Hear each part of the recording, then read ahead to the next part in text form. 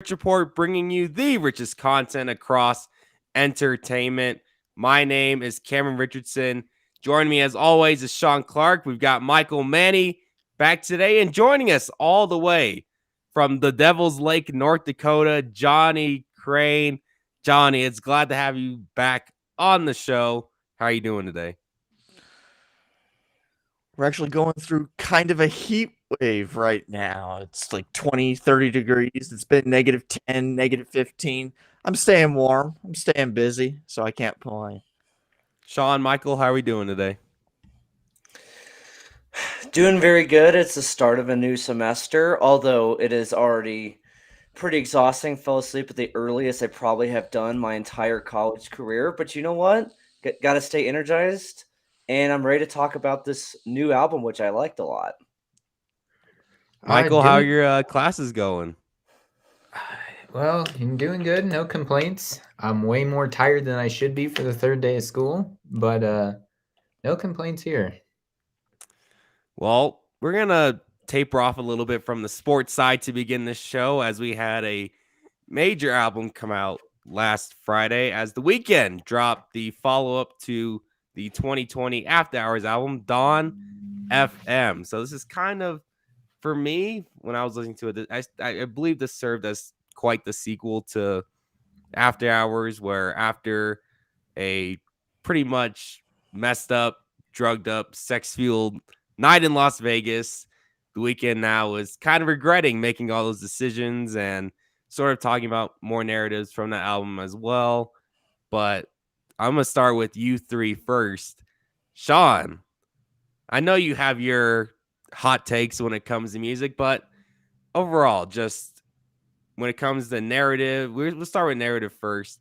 You listened to After Hours. You said you liked it, but how does this album compare to After Hours?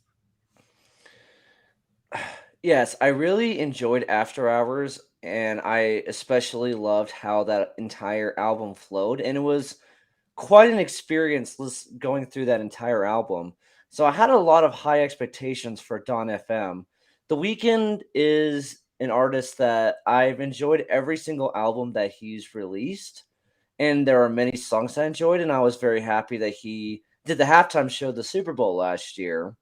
That was a lot of fun to watch. It was one of the very first halftime shows I was invested in.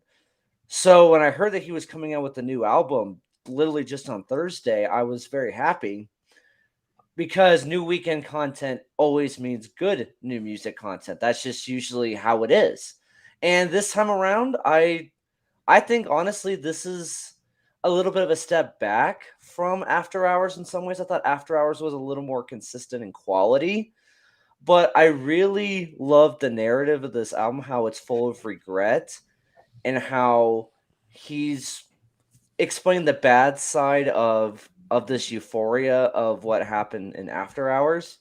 And one thing I loved about this album was it kind of reminded me of how you're just laying on bed and you just have a train of thought that just lasts for hours. We've all been there. We've all been up late night. We just have a train of thought about something that's bothering us for hours. That's what this whole album felt like. The transitions in between songs was some of the most seamless I've ever heard in an album, and I really liked uh, Jim Carrey's interludes to kind of release the tension in some ways, and I really enjoyed that, and it felt like a very genuine piece. While some of the songs kind of fell flat in a way, at least it felt like a consistent train of thought with a couple interruptions from Jim Carrey here or there. So I overall enjoyed the album, and I'm satisfied. Yeah, Michael, we had some.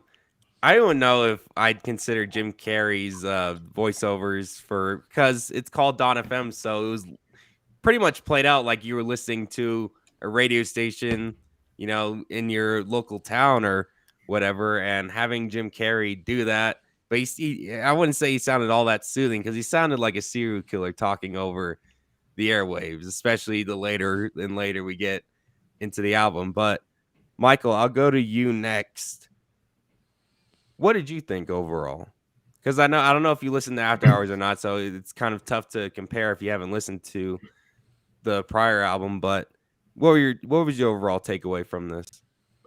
So no, I've not listened to After Hours besides the popular ones, and really, I'm not all that familiar with The Weeknd in general. Besides, I Feel It Coming, and Starboy, and Save Your Tears and Blinding Lights. Really, that's kind of really all of The Weeknd's discography that I've explored. But Yeah, in case y'all didn't know, Michael is a very big Olivia Rodrigo fan. The man was clowning me for my review of Sour, even though I'm not an Olivia Rodrigo hater. I said it was a rookie album, and it was a rookie album. So, and I will continue to clown you to the end of time. You can count on it. But I'm a big fan of concept albums. I've always been a big fan of concept albums. One of my favorites is Trench by 21 Pilots. And I really liked it. How it looked like it played out like it was a radio station you're listening to in like a tunnel of purgatory and existential dread on the way to dying. I liked it. It was eerie. It was all these lyrics of depression and heartbreak and regret and existential dread, but it's playing over these just like electronic beats that almost makes the songs like more almost upbeat and dancier than the lyrics are. And I really enjoyed it. I thought the interludes with Jim Carrey, I thought that was fantastic. I thought it was scary, if I'm being honest. Jim Carrey sounded very eerie, especially the end. The end blew me away. Where there's a couple I wrote. How many grudges did you take to your grave? When you weren't liked or followed, how did you behave? Was it off in a dissonant chord you were strumming? Were you in tune with the song life was humming? If pain's living on when your body's long gone. That ending blew me away.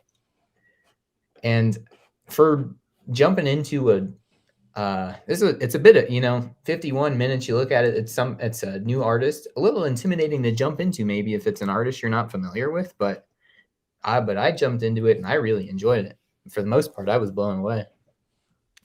All right, our bandmate Johnny, this is kind of an interesting album sonically. I mean, we talk about a lot of 80s references.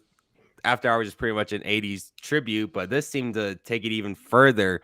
Songs like Sacrifices and At a Time. Sacrifices has an insane groove to it. Almost, I mean, I hate to get that crazy, but almost something that a Quincy Jones would be proud of. And Quincy Jones does provide some narration on this album as well, but definitely a song like Sacrifices brings up, memories of listening to Thriller and even Michael Jackson's album Off the Wall as well. Just it sounded that good. But overall, this album, when it comes to the production, Johnny, you're our music guy. You're the one that was in a band. So what did you think? I'm actually surprised. I'm glad Sean liked it because the first few songs kind of came off kind of like party EM vibes.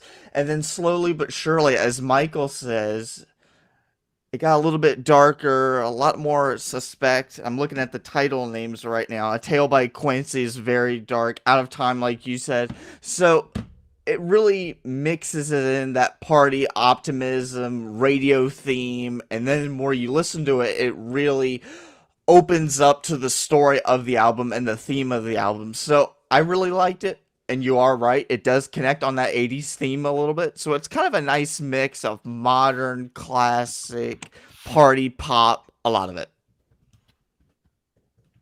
Yeah, and when I heard the first song, Gasoline, I was kind of surprised, I guess, that he kind of had a change in his vocal pitch. Sounded like somebody trying to do a bad Depeche Mode impression, and I was kind of weirded out. I was like, oh no, is this where we're going with this? Is he really about to do a whole 80s act now, not just be The Weeknd with some 80s vibes to it, but an entire 80s artist in himself? But I'm glad as we got later and later into the album.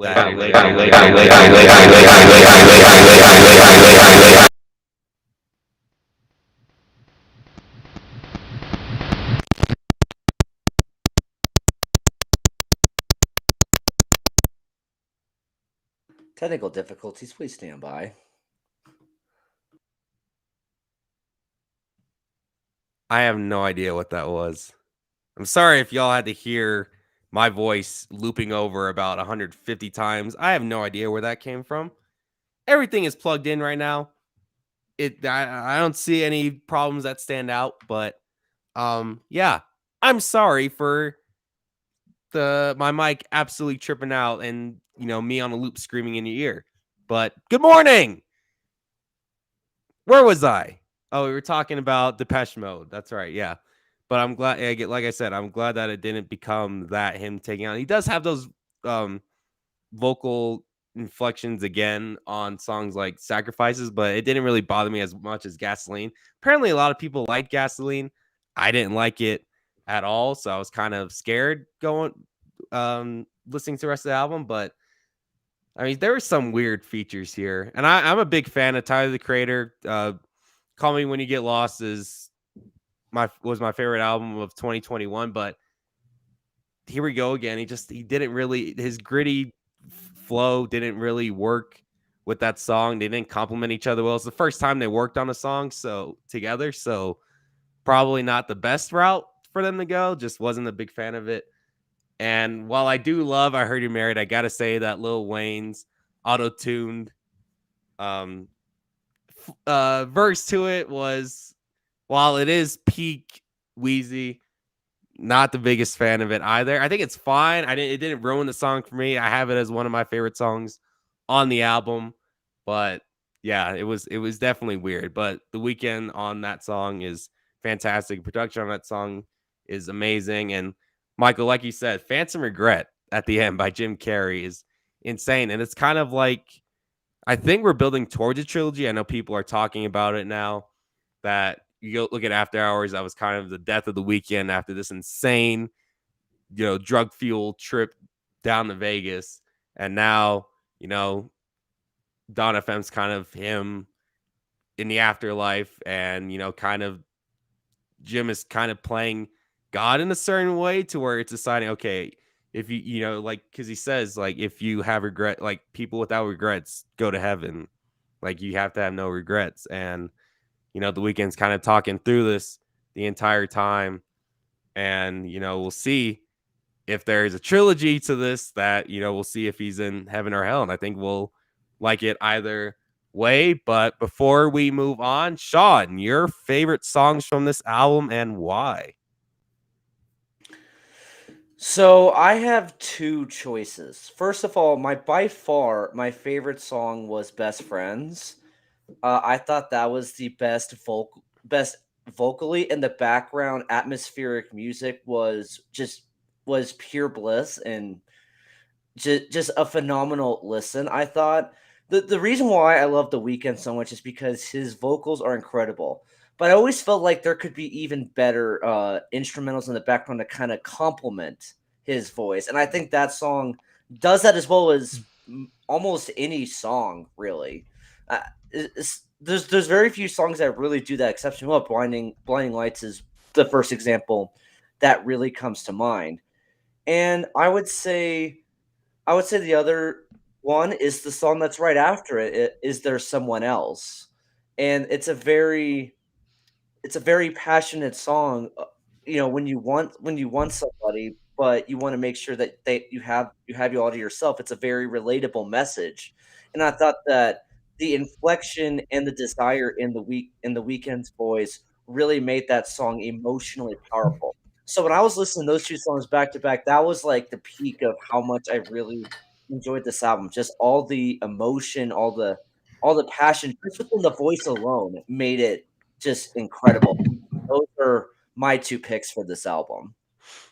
It's gonna be weird. Sean's gonna be walking around campus singing "Sexist Friends No More." You don't want to have sexist friends no more.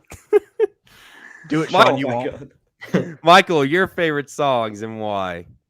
So I don't know if Phantom Regret counts because it's not really a song. I mean, It's it kind of more can. I spoken mean, word. you can kind of interpret what a song is or not. So Yeah, I love that. I love Starry Eyes too. That that one hit me like a truck for sure. And I guess the message at least. I kind of near the end of it when it was kind of at it when I'd say the album, at least for me it seemed like the album was at its darkest. I really like that. And I also actually, you guys were talking about Gasoline, how you kind of had some mixed feelings about that. I actually really like that. I remember I made a note when I was listening to it. That's not like it was different than any Weeknd song that I'd ever heard. It just sounded different to me, but I actually really liked it. But overall, just I really just enjoyed the theme of the whole thing. Johnny. So I could say 1, but I'm gonna go 5, 6, and 7. Sacrifice, A Tale by Quincy, and Out of Time, and a little bit of Here We Go Again too with Tyler the Creator. That 4 really emphasized to me the little darkness theme. I mean, the Quincy tale was about the mom going away, the evil stepmom, parenting going bad, and the relationships get affected. So that darkness theme I really liked, and that 4 really stood out to me with that. Yeah, and I don't think it's really all that close that Sacrifices Out of Time are my two favorites. I'm a big fan of soul music and R&B music, and when I hear some of those throwbacks, it sounded like there was a song in my head when I was listening to it, but now I'm forgetting what it was. But definitely a lot of Out of Time definitely had a 70s R&B vibe, something along the lines of Just the Two of Us. Gave me some of those vibes, which was amazing. I gotta be honest, when I was listening to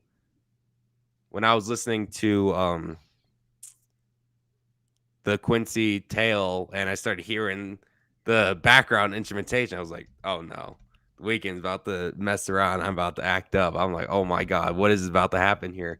And I got those same melodies on the next song. I was like, thank God. Like, that's what I needed. I think Out of Time is, the more and more I listen to it, the more and more it's going to grow on me as probably my favorite song The Weeknd has done. And The Weeknd has a lot of great songs. I've never been like this massive fan of The Weeknd. I didn't enjoy some of his early stuff. It was a lot of just emo R&B, just not really branching out into really anything. His vocals I thought were kind of just too artificial in my opinion. They were just very auto-tune, very compressed. It didn't sound all that great. But I don't know, as time has gone on, I think when he's transitioned to more of this throwback pop music, I know a lot of people are going to be like, oh, well, The Weeknd fell off or The Weeknd sold out. I'm like, no, you've got to progress as an artist. You can't just make the same album over and over and over again. And I felt like Starboy back in 2016 was that turn for The Weeknd that was like, okay, this guy is a megastar. And then After Hours came up, and it was an improvement from Starboy. Great.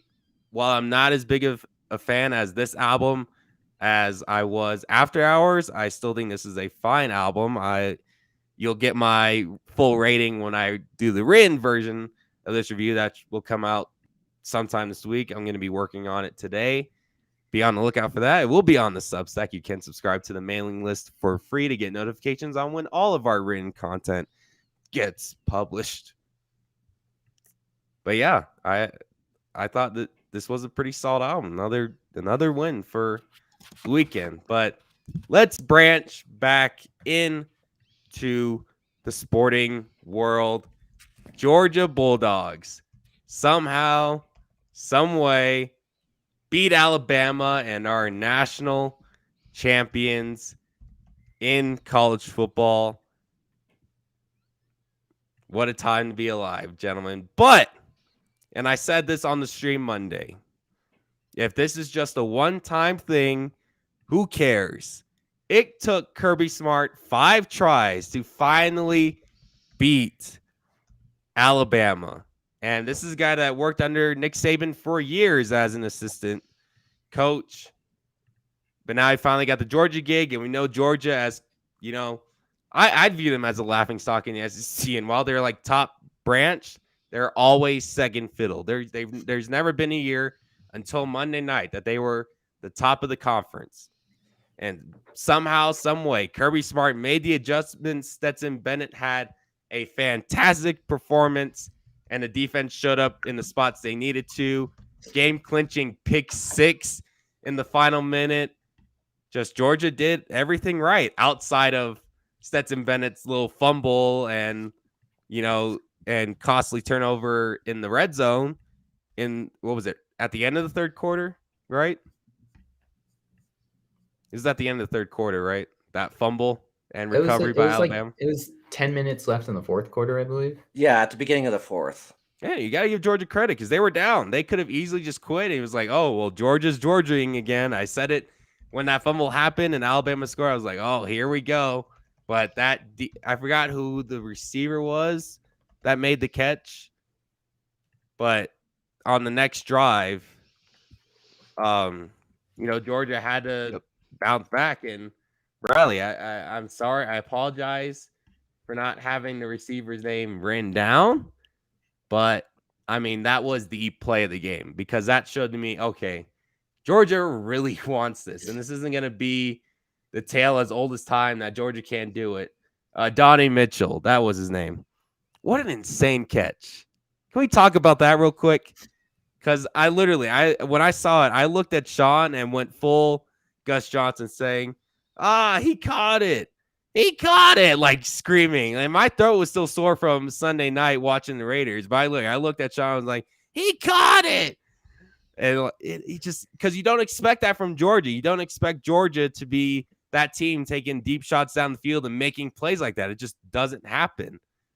As Johnny has left the chat, but we're going to put him right back in, just in a different spot now. He's working with some technical difficulties right now.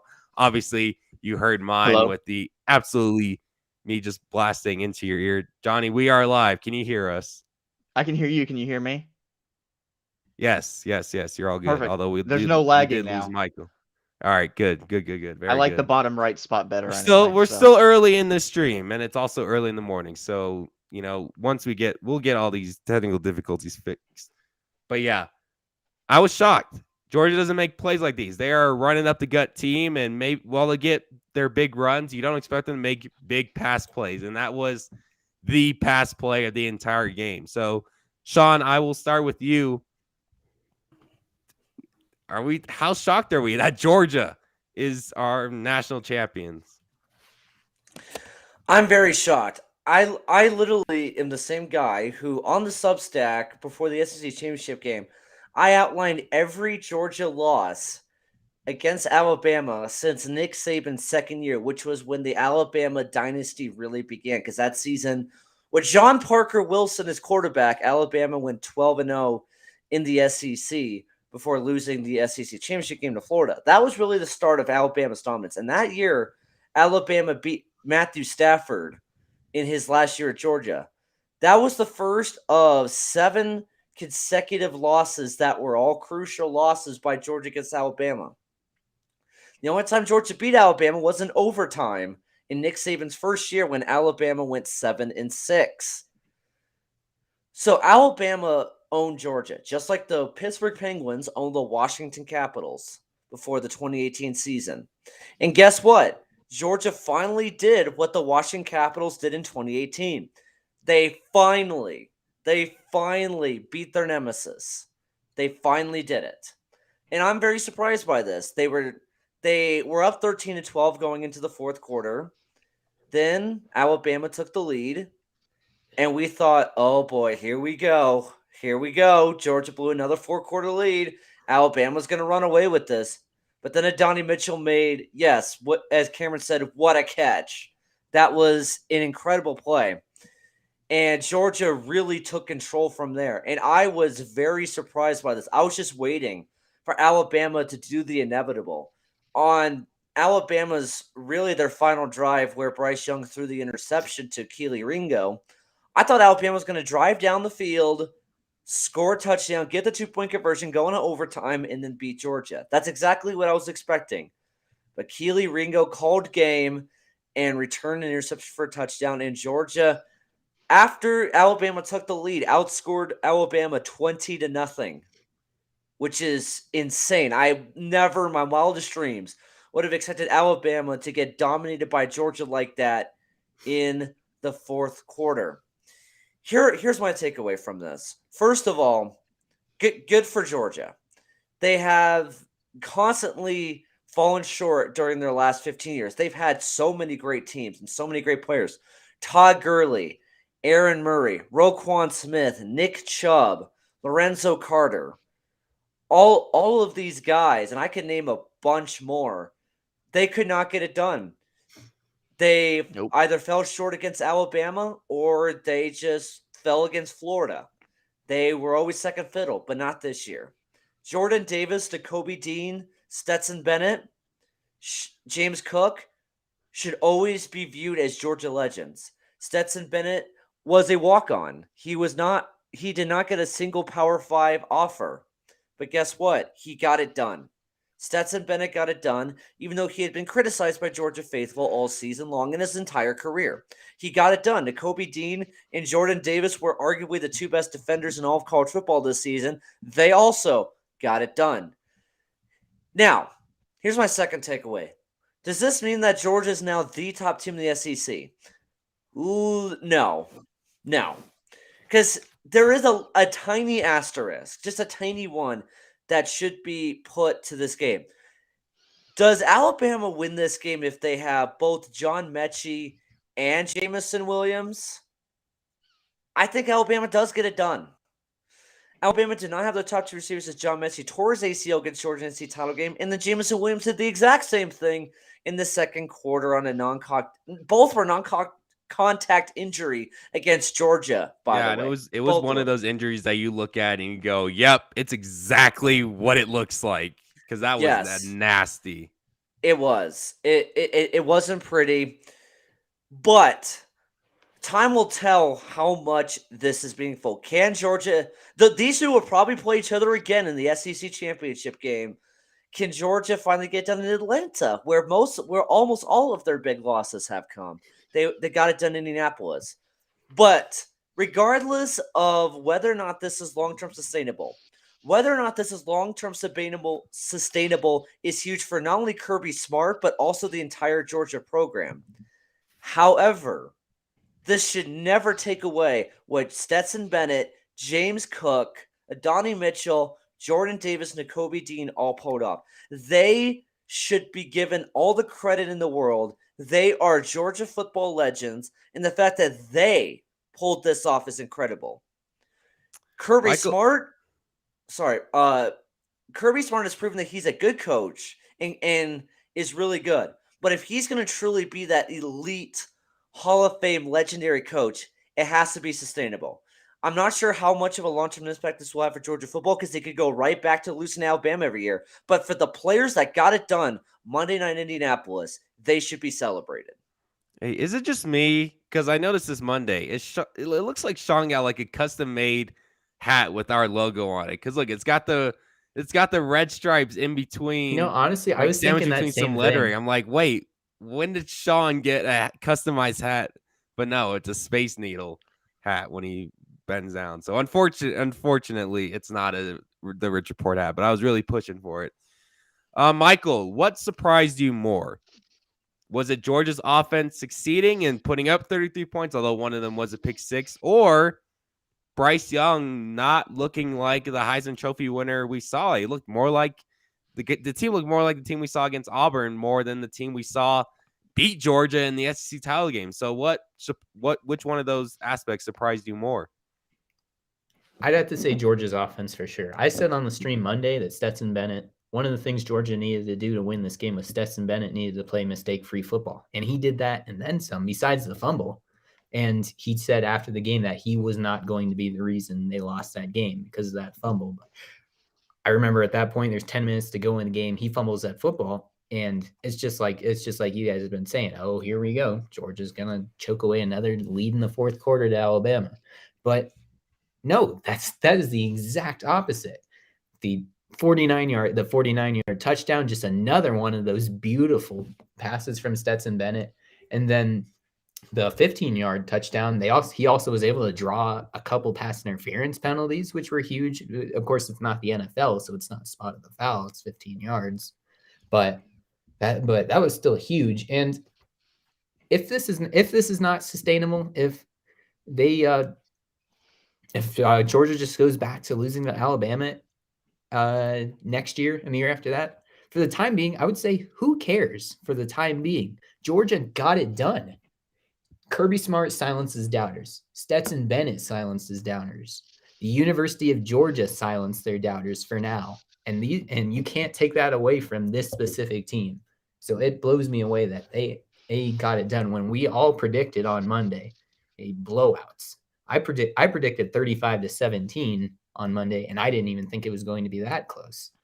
It was 9-6 at halftime, and I figured that Alabama would eventually pull away, especially after when they needed the touchdown and the 2-point conversion. It was exactly what you said, Sean. I figured that they drive down the field, they'd go into overtime, and Alabama's going to do what Alabama's going to do. But unlike the SEC title game, Bryce Young was knocked around all night. He couldn't get the running game going. There was the running game was basically nullified, and he was out. He was without his top two receivers. So that's as talented as Alabama is, and how much it seems like that Alabama just has an endless pool of talent all the way down the depth chart. That still hurts any team when you lose your top two receivers and you're trying to drive down the field and win a national title game.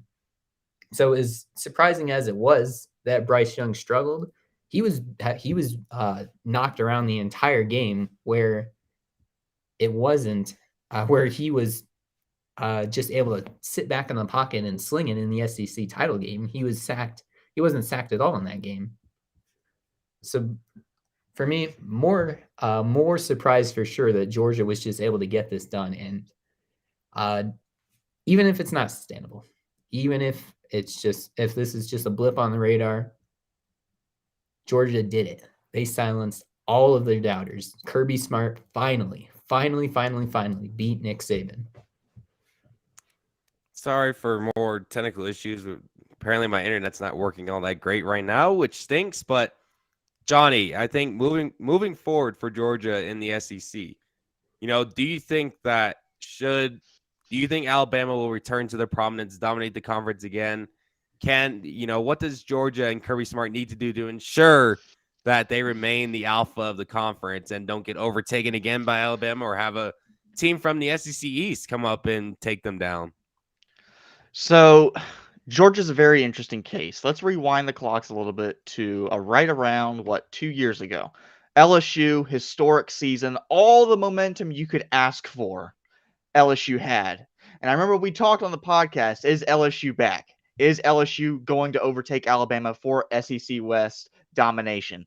With a historical season under your belt, a lot of optimism was that was what was going to happen. LSU was going to take over, but what happened? Even when you take out COVID, LSU really regressed big time, and now they're pretty much doing a complete roster turnover, a complete rebuild from the bottom up. I've been on Georgia's case for a while now. I remember when I did the radio show with Sean, I did a segment about how Kirby Smart needs to kind of be on the hot seat. With all these top 3 recruiting classes, year in and year out, they've always come short. Now they've done step 1, and step 1 was to get that championship. Step 2 is about sustaining that, because there's really literally no excuse now.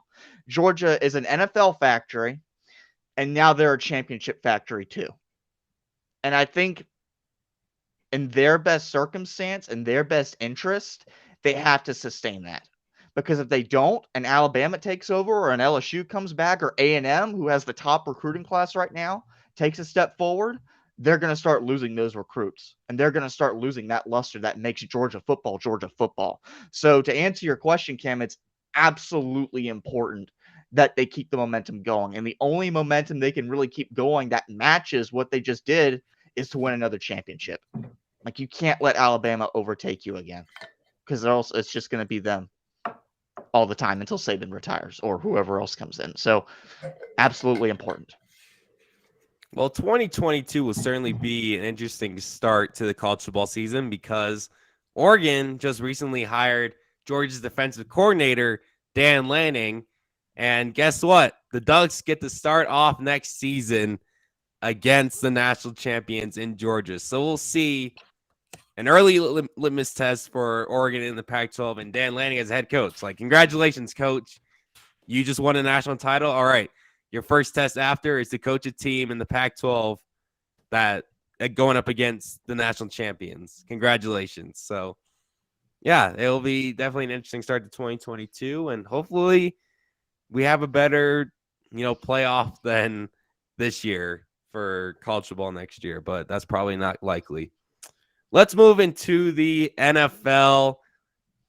Johnny won't be with us on Friday to preview all the playoff games, so we'll talk about one today, and that is the Dallas Cowboys, the NFC East champions, hosting the 49ers. I believe the game is Sunday, correct? Sunday at 2:30 Mountain Standard Time. Yes, it is the Sunday afternoon game, and surprisingly, no Joe Buck and Troy Aikman calling the Cowboys like we're used to. No, it is the CBS crew, and this is the Nickelodeon game, so best believe that we are going to have Nickelodeon on in this apartment watching the Cowboys and 49ers, because shockingly, while the Bears and Saints wasn't the best playoff game, the broadcast and the production on Nickelodeon was fantastic. Noah Eagle, while I've had my, sort of issues with how Noah and Ian have called broadcasts before, Noah did a great job with that broadcast. Him and Nate Burleson were fantastic doing it. So I'm looking forward to how they do the production this year, and should be a far better game than what we got last year between the Bears and the Saints. But Johnny, I will start with you here. Cowboys, a little bit sluggish coming into this playoff run, especially with the loss at home to the Arizona Cardinals, but pick right back up with a dominant win over the Eagles, to say the least. Where do you see the Cowboys going into this playoffs? Are they a team that can finally make that deep run? Can they get to the NFC title game? Could this team potentially be Super Bowl bound? They've got the defensive playmakers to do it. They've got the offense to do it. We've seen it time and time again this year. Are they the team that can make that run, or will they be shocked by a team that's getting healthier, a team that just went on the road and beat the Rams to get into the playoffs? How are we feeling? Let's put it like this. I like, and keyword is like, I like Dallas's chances against everyone except Green Bay and Lambeau. With that offense, even without the likes of Michael Gallup, you have the Cedric Wilsons, the Dalton Schultzes, the Blake Jarwins, the Tony Pollard, who's looking to come back from a foot injury. So the offense is there. The offensive line has stayed healthy enough to make it count. Dak Prescott can make the throws down the field and make dump passes in the flat, so you can get chunk plays, stop the clock, keep the momentum going. So that's fine. Defensively, they can make big plays. They can hit home runs. They can turn over the ball. And that's kind of been the issue with the Cowboys over the past few years. They just never seem to consistently pressure the quarterback or get turnovers off of the quarterback. But with the likes of Trevon Diggs, Micah Parsons, Leighton Vander Esch when he's healthy, they're able to do that with a little more frequency. And I think that is helping them click on all sides of the cylinders a lot better. So going into this matchup against San Francisco, it's a very intriguing one. And as Sean will probably mention here in a couple of minutes, a very historic one. The key to me is not going to be so much on the offensive side. I think Dallas will do enough damage just given all the weapons they have. I think the idea in this game is going to limit the chunk plays when able. Yes, Trayvon Diggs is an interception machine. Yes, Micah Parsons can get a bunch of sacks. But the Dallas defense and the Dallas secondary in particular has had issues with chunk plays. They do give up a lot of yards. And given the 49ers being not necessarily a Patrick Mahomes style, Josh Allen style, chuck it down the field every other play offense, they're going to get those chunk plays and stop the clock, and that could wear a Dallas defense down. That's kind of what the Raiders did during Thanksgiving. That's kind of what the Cardinals did, even when you mitigated the penalties. So being able to pressure the quarterback and get to Jimmy G and going through that offensive line, I think that's going to be the key. if you force Jimmy G out of the pocket with Micah Parsons and Leighton Vander Esch and Lawrence, I think they'll do just enough to get the job done this week. Just enough, huh? Well, that's not a lot of confidence. So you're saying what, a single one possession final score? 37-27. So like 10. I don't think it's going to be a blowout at all. I think one team is going. I think it's going to be relatively close for a quarter or two. I think whoever starts the ball in the second half and that first drive in the second half is going to be very key for whatever team gets that drive. So, yeah, I don't think it's going to be a blowout. I don't think it's going to be particularly close. So 10 points within that range. Sean, you went full mark for the 49ers on Sunday, pushing as hard as you can, screaming as loud as you could to ensure that the 49ers got into the playoffs. So this is a team that's certainly getting healthier. But again, the biggest question goes back to the quarterback, Jimmy Garoppolo. People have said time and time again, Trey Lance time. And that time hasn't come. But here we are. Kyle Shanahan has these 49ers in the postseason. But what should be not the expectations, but what should be demanded out of Jimmy G to potentially save his job? Jimmy G is probably the most confusing quarterback I have ever watched in the NFL history. He doesn't make any sense to me. He has all the arm talent and all the quarterback IQ in the world. It seems like whenever the 49ers lose, it's because he does very poorly. But when the pressure is on, there are times where he just turns into the guy that he sat behind for years in Tom Brady. The fact that he led that drive against the Rams to tie that game. Did you know that the 49ers had a 0.9% chance to win when Jimmy G got the ball back late against the Rams? 0.9%. And he just made huge throw after huge throw after huge throw.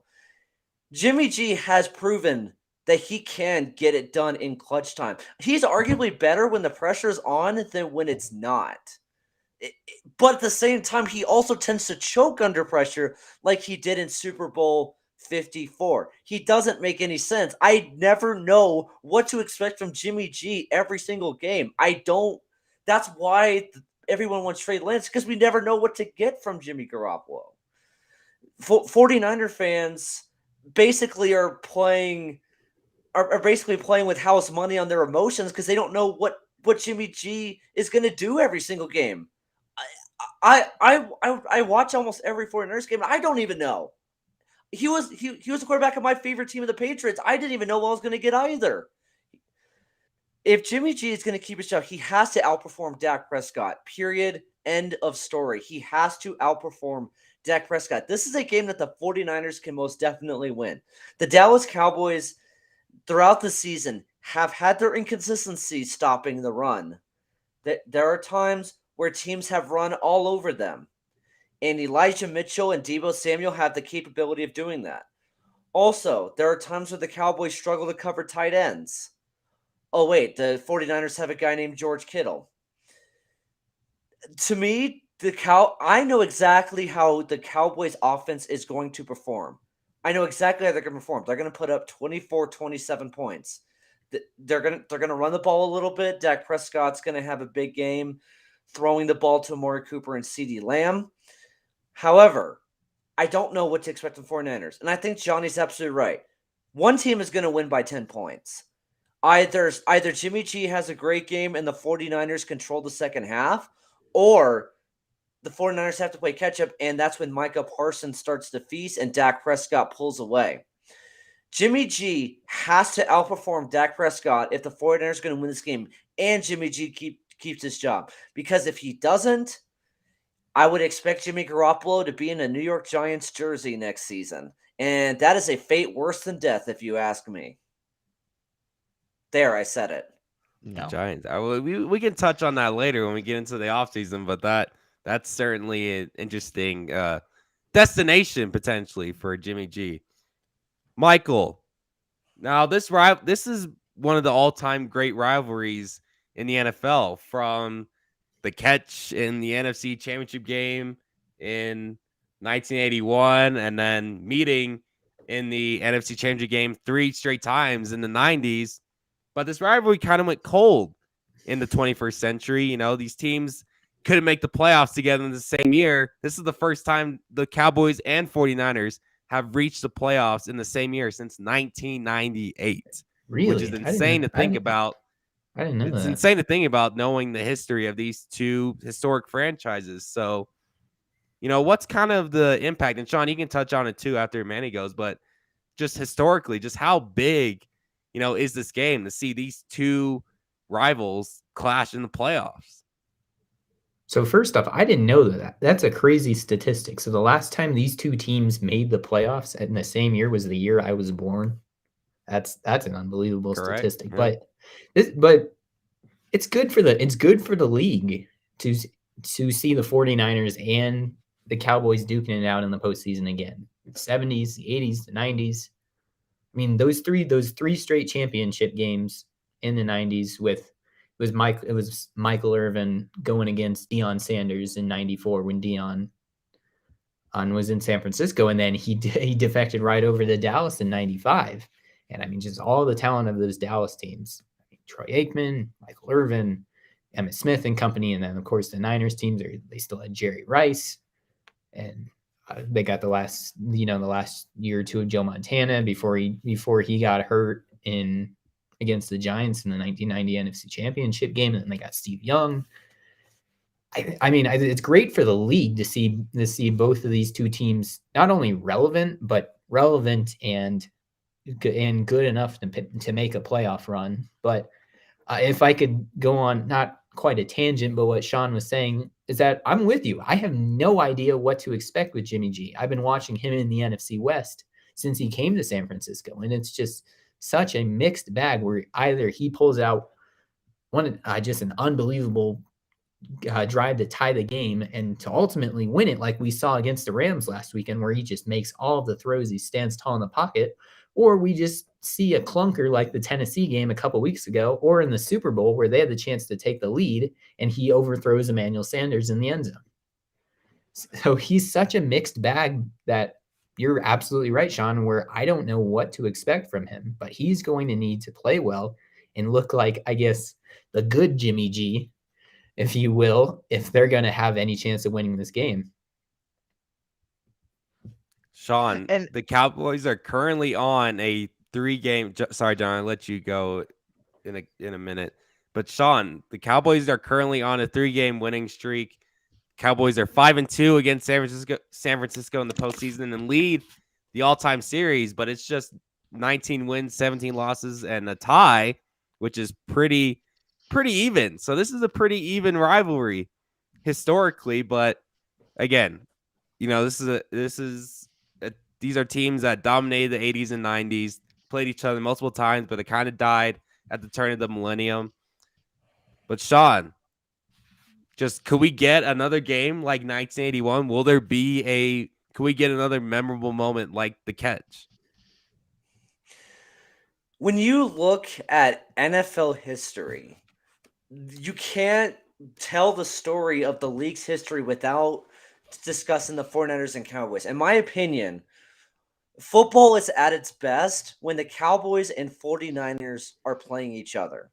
That's the way that there is no question about it. When the 49ers and Cowboys specifically play each other, that's when the NFL is at its best. The catch is a top 3 moment in NFL history. Steve Young and Troy Aikman dueling in the 1990s is some of the best football we have seen. And I know that Johnny's family can attest to seeing those matchups in the 1990s with Troy Aikman and Steve Young, which during those 3 years, there was no team that came even close to either of those two teams. That was the Super Bowl 3 years in a row without it actually being the Super Bowl. And also, you got to look at the 1970s. You had Craig Morton, Roger Staubach going up against John Brody 3 years in a row, and the Cowboys won all 3 of those games. The Cowboys have had the upper edge in this rivalry the entire time. That's why I'd say historically the Cowboys are a better franchise than the 49ers because they do have that edge over the 49ers historically. Like you said, 5-2 in the playoffs. They owned them in the 70s. They owned them in the 90s. The 49ers mainly just have that one thing, which is the best moment of that rivalry with the catch in 1982. And also, their color schemes are polar opposite as well. Even just visually, they are super contrasting, and their cultures are contrasting. The Cowboys, glitz and glamour. You have, the whole Texas style, all those cowboy hats, and you have the 49ers, Northern California, very colorful, very flashy. Like, these two teams possibly contrast each other more than any rivalry in the entire NFL. That's one reason why this rivalry is so excellent. And this is the first time in my 18 plus years watching the NFL that I get to see a big 49ers Cowboys game. And, it's not up to me, but I wish this wasn't the Nickelodeon game because it's kind of dumbing that down a bit, in my opinion. No, wrong. Wait, at Incorrect. what point did Bears and Saints get dumbed down? Because I'd say Nickelodeon elevated what was a pretty boring game. Hold on. It made Bears and Saints exciting when otherwise it would have been a snoozer. Hold on. I knew I was gonna get clapback for this.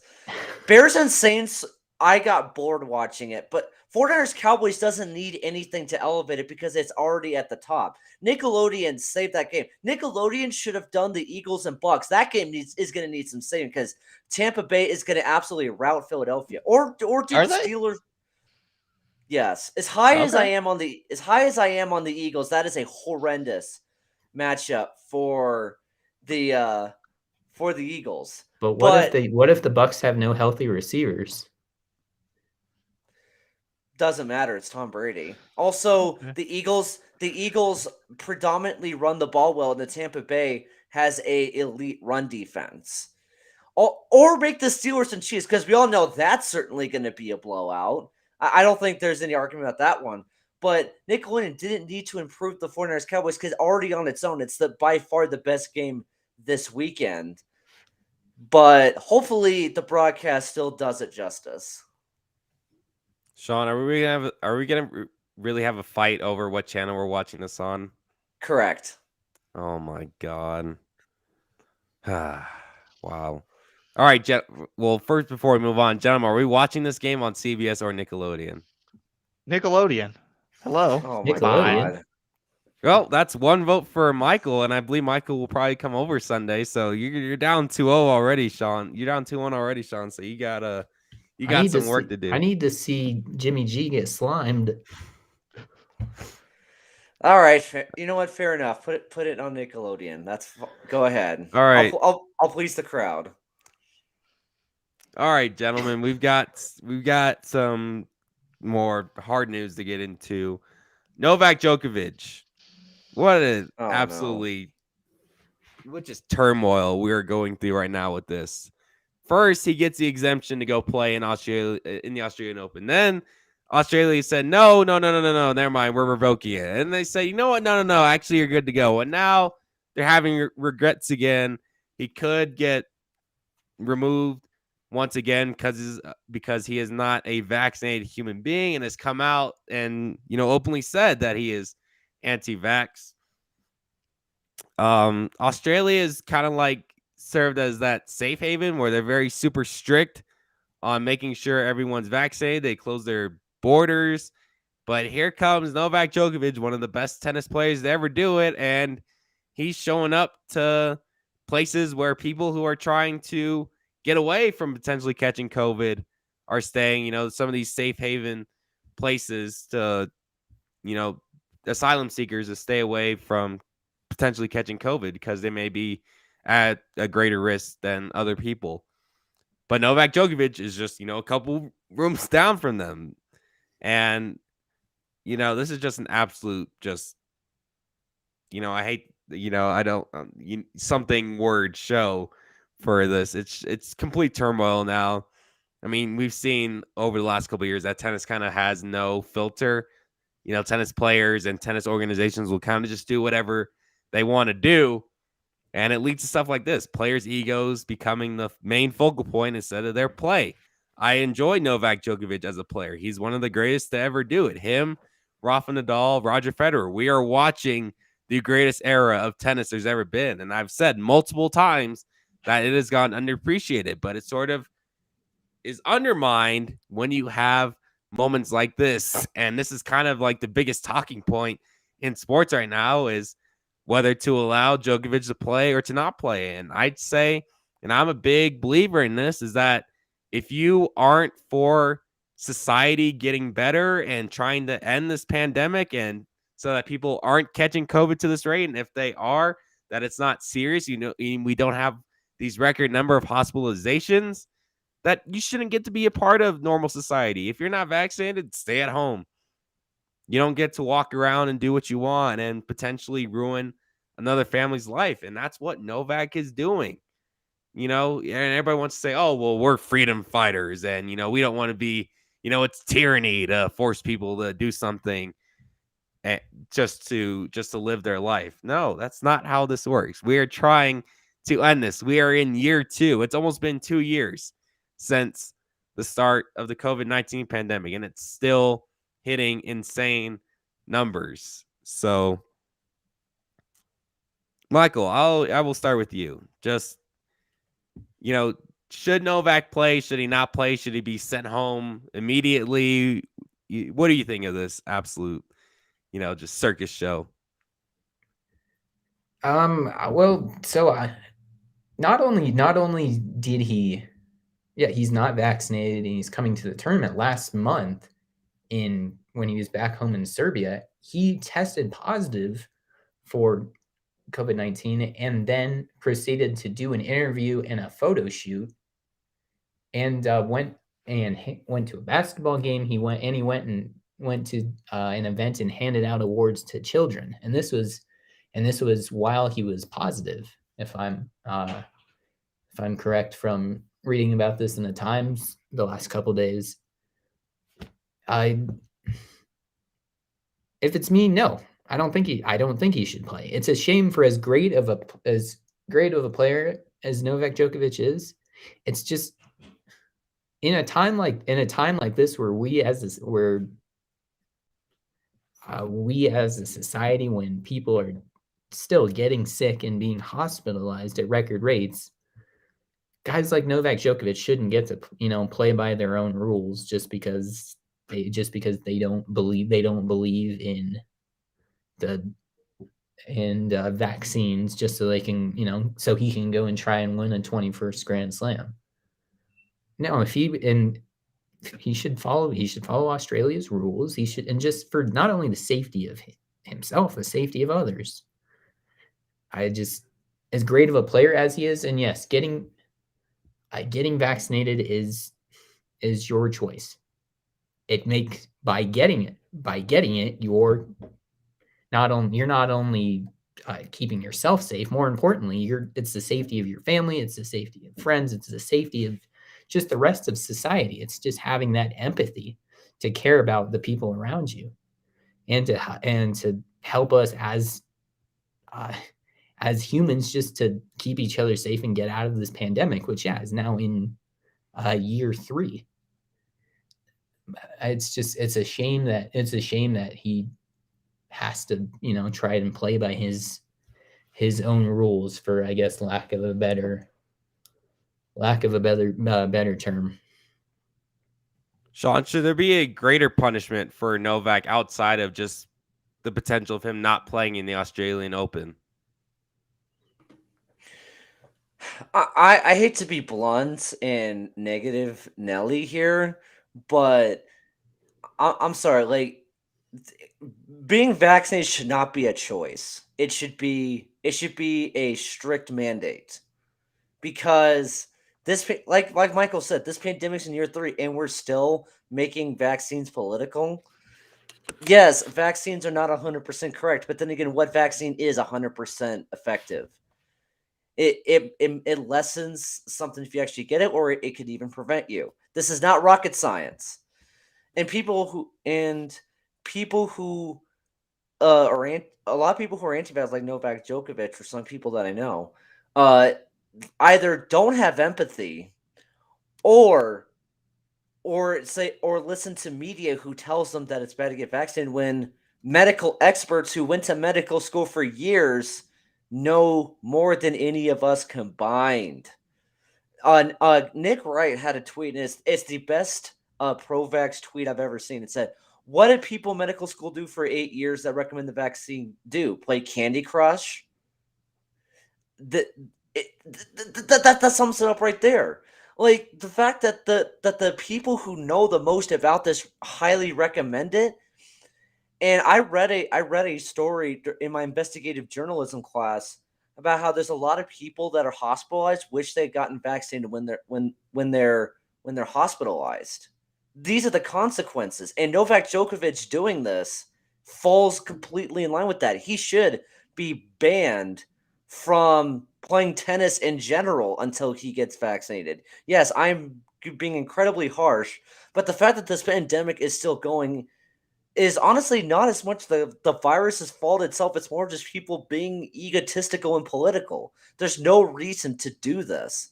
I got me and Cameron stood out in a blizzard when it was absolutely freezing for an hour-long line. The first day that vaccines were available in Flagstaff for students. The first day, it was a blizzard, it was cold, it was windy, it was an hour-long line, but guess what? We did it. Well, I'm And glad to be vaccinated. I gotta say that was a miserable experience standing in line because I wasn't wearing my contacts. I had my glasses on.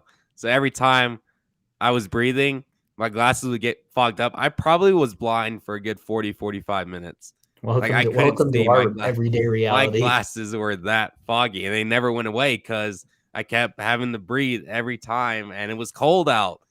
So yeah, that was definitely one of the experiences I've had in my life. But That's non-contact wearers everyday reality. yep, I have to wear glasses every day too. It's not fun, but yes, and it's recently I got my booster shot just a couple weeks ago, just to make sure I'm keeping up with it because I care about everybody around me, and I want to have that peace of mind when I am in public. You know, not just with y'all, but like my loved ones or just anyone around me. I want to make sure that I'm being safe, and the fact that Novak Djokovic, the arguably the greatest tennis player ever, is letting his ego get in the way of this just shows that, you know, what's to cheer about with this guy. And if he does happen to play any tennis, I hope he loses. Plain and simple. now, Johnny, you have family in the medical field. You actually worked at a hospital during the pandemic, if I remember correctly. Yep. So obviously, you've had some pretty probably thought-provoking conversations about this and some actual, hard evidence. But we've heard there have been rumors and maybe, I think maybe taking the place from other countries that have actually said, hey, if you're unvaccinated, you stay home. So what should be the ruling? If COVID-19 rates and spreads continue to just plateau and stay at a high number for the next month, should there be, should we just, either lock down for a certain time, a week, 2 weeks, as annoying as that would be? Or, should we finally say, hey, if you're unvaccinated, guess what? You're staying home. As much as we want to say, oh, keep government out of controlling things, somebody's got to step in, whether it be the states, whether it be from a federal standpoint. Somebody's got to step in and say, you know what? I'm tired of seeing all these numbers, tired of seeing people dying, tired of people getting hospitalized. When do we have to set the bar? Because the bar is not being set, and it feels like we're back to 2020 again with how many people are testing positive. There needs to be better communication globally from country to country, number one. And number two, there has to be a lot less pandering. Communication globally is really tough. Every country is different. Some countries don't get along. I get it. No country is perfect. But I think going from point A to point B to point C, especially for these tennis tournaments, all countries have to be on the same page. And I'm no geopoliticalist, I'm no international relations expert, but part of me thinks that a lot of this would be alleviated if each country held very, very similar guidelines. And I really don't think that that's been the case from even really the start of the pandemic up to now. Most definitely not. So I think that's obviously point number one. And point number two, we need to stop pandering these athletes. And more importantly, we need to stop pandering these stars. Do you think that the tennis powers that be would go through hoops to make sure he would be able to play if it wasn't him? What if it was just some Joe Blow in the tournament? Would they give it that opportunity to him? Or would they say, you know what, we're going to stick with our decision. You got to stay home. You got to quarantine. I'm not too sure. You have to stay consistent. And I don't see any consistency here with this ruling. And like you mentioned, Michael, this guy was literally going around talking with kids, doing autographs and stuff, and he had false papers. Like he literally forged stuff, pretty much. It's no different than the Antonio Brown thing when he had the fake vaccination card. It's practically the same violation.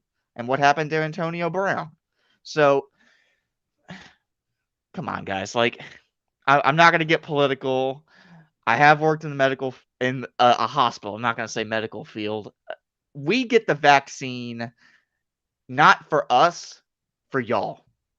It prevents y'all from getting what I have, statistically speaking. No vaccine is perfect. No one ever said it was. But it's not like we're giving out social security numbers here. I'm not giving you the number on the back of my credit card. It's a vaccine. Like, No, come on, I believe the vaccine gives you midichlorians. I mean, that'd be pretty cool. No lie, but It yeah, gives it's Amazon a microchip. right. Because our phones don't, Yeah, our phones no, don't have it. they So, don't know yeah, everything about us already. right. All Yeah, right, so, let's yeah. to close this episode out. Let's move back into fun college basketball. We're at the peak of the college basketball season. Well, in 2 months away from March Madness, getting into the heat of things of conference play, and like we did last year, we're gonna do a weekly segment where we talk about and spotlight mid majors that could potentially be a threat come March. So every single one of us has a team. Hopefully, they're all different teams. But, I kind of want to be surprised. We didn't talk about it because I want to be surprised about what everybody picked. So, Michael Manny, I will begin with you. Who is the team, the mid-major team we should put on watch? All right, putting me on the hot seat. Well, I'm gonna go with Loyola Chicago. They're 11-2 on the year, 2-0 in the Missouri Valley Conference. Their only 2 losses were on consecutive days, 63-61 to Michigan Yeah, State. they had a tough one against Valpo last night, double overtime. So you're kind of sweating, man. He's like, oh boy, 2 overtimes in a row. My Loyola Chicago take is going to be ruined if they lose this game to Valpo. Their only other loss is to Auburn, who's now they're ranked the 4th best team in the country. Auburn is good, you guys. Auburn is very good. They went and beat Arizona State, which, it's something, and then beat another Power 5 in Vanderbilt. So I feel like they've been a team to watch around this time the last couple years since they made their first Cinderella run in the tournament in 2018. Sean. Well, I am going to stick with familiarity, and I'm going to talk about a team that I actually wrote about last year, and that is the Ohio Bobcats. They are currently 13-2 with their 2 losses coming against upper echelon teams.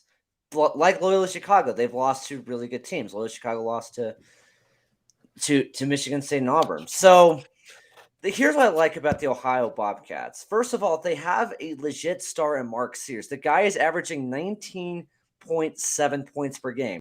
So in March Madness, if he gets the ball late in the game, then that means that he is able to make that big play like RJ Hunter for Georgia State or the entire Loyola Chicago team back in 2018. Mark Sears has that star power in him to do that. But they also have other legit stars. Jason Carter had 22 points in their 85-78 win over the Bowling Green Falcons last night. They also have Ben Vanderplas, who has hit really big buckets in the past. And Ben Roderick hit the big shot for Ohio against Virginia in the NCAA tournament last season. They returned everybody from that tournament team except for Jason Preston. So this is a team that has experience and they can score. Ohio can get it done. They beat Belmont. Their 2 losses are to Kentucky and LSU. like I said, upper echelon of teams, just like Loyola Chicago's 2 losses. And possibly the best part about Ohio, aside from Mark Sears, who is 28th in the country in points per game, they are 8th in the country in free throw percentage. Which, what does Johnny Crane love to say? Hit your free throws. Hit your free throws. Ohio Amen. shoots free throws really well. Unlike USC, who is a terrible free throw shooting team, and they picked up their first loss last Oh night. yeah, Sean, how's it feel to see SC upset by Stanford in another sport? What else is new, man? What else is new? I mean, after covering USC in the Jerry Colangelo Classic against Georgia Tech, I knew there was a couple things that didn't look great. USC wasn't the most consistent shooting team, and dear God, their free throw percentage is horrendous. They are in the 300s. And when you're in the 300s in any statistical category, that's a problem. There is a lot of concerns with USC. And if so let's say USC does play Ohio. Okay, well, that's actually perfect. Let's say USC is a 3 seed and they play 14th seed Ohio. Let's say that happens. What happens if the game comes down to a free throw at the end of a game? Who do you trust more? USC, who's in the 300s, or Ohio, who's currently number 8 and has tournament experience from last year as they defeated the Virginia Cavaliers? Just saying, Ohio is a very dangerous team. If they play USC, I would actually lean towards Ohio, as gut-wrenching as me saying that goes. Over to you, Johnny. Who is your mid-major watch? So I'm actually going to stick to the Missouri Valley Conference. And let me tell you, these two matchups that are coming up in a few weeks, they're going to be very, very spicy. I'm going to go with Missouri State. Now, like Sean said, you got to make your free throws. Now, I've said this before, and I'm definitely going to say it again as March continues to creep closer. Two of the things I look at when I pick teams in the March Madness bracket: you got to hit your threes and you got to make your frees. Period. The end. Because if you don't, you're not going to be able to come back from games, and you're going to let your opponent come back into the games. Let's look at Missouri State real quick, shall we? Missouri State is top 25 in the entire country in both free throw percentage and 3-point percentage. 39.8% and 77.8%, if I'm pretty certain. Isaiah Mosley, they have 4 players averaging 10-plus points or more, and Isaiah Mosley leads the quartet. He's a junior out of Columbia, Missouri, averaging 18.5 points per game, 5.5 rebounds per game, 2 assists, and a very respectable 50% field goal percentage.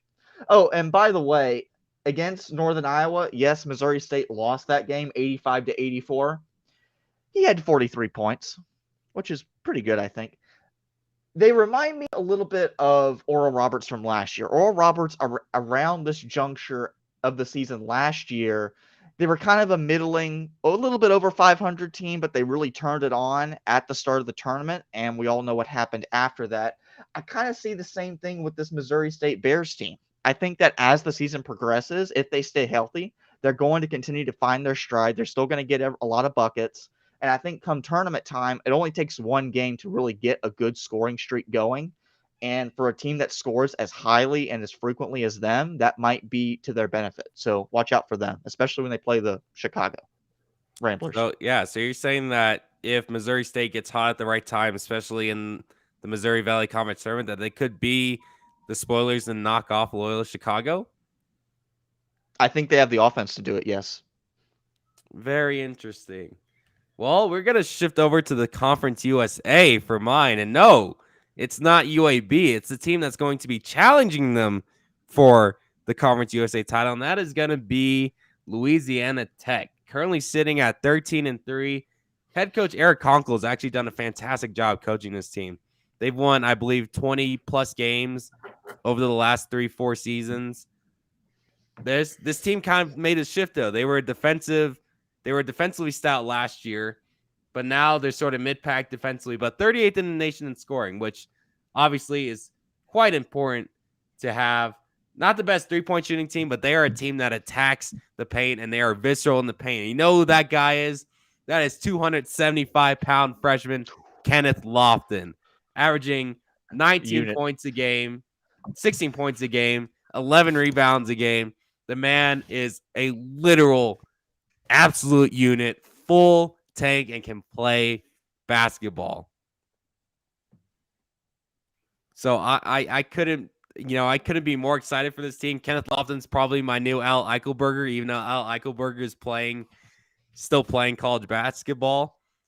So I really like where this Louisiana Tech team is right now. Of course, them and UAB battling for the conference is going to be fun to watch. But outside of really turning the ball over, which, I mean, turnovers are quite a problem, this team does foul a lot. They do turn the ball over a lot, which is quite – it's not the best thing to have. You never want to foul a lot. I mean, we saw one before I left to come back to Flagstaff. I remember watching the Eastern Washington and Montana men's game. 56 combined fouls. Yes, each team had 28 fouls. I mean, I don't know if it was just teams playing bad or refs not being able to swallow their whistles, but 56 fouls in a single basketball game is no good, especially when it's a 40-minute game. But, yeah, I mean, if Louisiana Tech can hone in on the turnovers and the fouling, I mean, they're a team that I think, especially with Kenneth Lofton and him being able to run over just about anybody, this is a team that I think can surprise a lot of people. If they win the conference, they could be a potential 13 seed and could get, maybe a favorable matchup. Maybe a team like SC can play him. And now it's really a battle in the trenches. So keep Louisiana Tech on your watch because they've been good in the past. They've won 20+. They won 24 games last year and just missed out on the conference on the NCAA tournament. So I think they're finally going to get their credit this year. I think Louisiana Tech will win the CUSA, although I do think UAB is very good and is very deserving of being in the tournament as well. Do we have some breaking news, or were we making a joke? Because everybody in the chat was yelling breaking news. Michael, We do have some breaking you're the news. one that broke it, so go ahead and put it on. No, I did not break it. Ian Rappaport broke it. Okay. Well, But, you put it in the chat, so that's all I know. The Rams are signing Eric Weddle to play in the playoffs. He's coming out of retirement for the playoffs after an injury to Jordan Fuller. I'm sorry. That the Eric Weddle, not some Chargers, Ravens, Eric Weddle. How old is Eric Weddle now? I mean, when did he retire? What, 2019? He's 37, so I mean, he's not a fossil yet, but he hadn't played since 2019. Sure, he could provide a little bit of a spark, but that's kind of shocking and an unorthodox dude to sign an old safety. Because usually, if you're going to sign someone old, it's like a running back, maybe it's a tight end, maybe it's a kicker or somebody like that. But a safety, like one of the more important positions, and your team is trying to get to the Super Bowl, like you're not saying, oh, we're lucky to be in the playoffs. No, the Rams are supposed to be Super Bowl contenders. So quite the shocking news. Sean, what do you think about this? They needed to do it because Jordan Fuller is a huge player in that secondary for the Los Angeles Rams. But even if Eric Weddle doesn't have the athleticism to play well at the safety position, he does bring that leadership that is going to be missing with Jordan Fuller. There is a lot of older leadership on this team now. Eric Weddle was loved in San Diego by his teammates, and obviously he brought a lot of leadership to the Baltimore Ravens. I think that this is a tremendous signing. Yes, Nick Scott will probably transition more to the free safety spot in the backup role, who is a second-year player out of Penn State. But Weddle can be a situational guy with the leadership, and who knows, maybe he can make a big play or two. So for the Rams, who are going up against the Arizona Cardinals on Monday, it's going to be really interesting to see how that plays out. I think this was a good signing. I don't think there's going to be much downfall. It's kind of like when the Falcons signed Dwight Freeney before the 2016 playoffs, and he made a couple sacks in the Falcons Super Bowl run before they blew you-know-what lead. That will do it for this edition of the Ridge Report. Thank you, gentlemen, for coming on, and thank you to all who tuned in and watched. If you're watching, Subscribe to the YouTube. We have this live stream simulcast on Twitch as well. So make sure to subscribe there. Subscribe to the mailing list on Substack. It's free. Get notified on whenever we drop some written content. I'm still covering NU basketball. Sean's got a lot of written stuff coming out. Michael hopefully is going to be writing more as we get on. We got a couple NFL playoff previews coming out soon. And Michael, actually, when can we see you on TV again? Well, it's a bit up in the air right now, but probably in the next couple of weeks.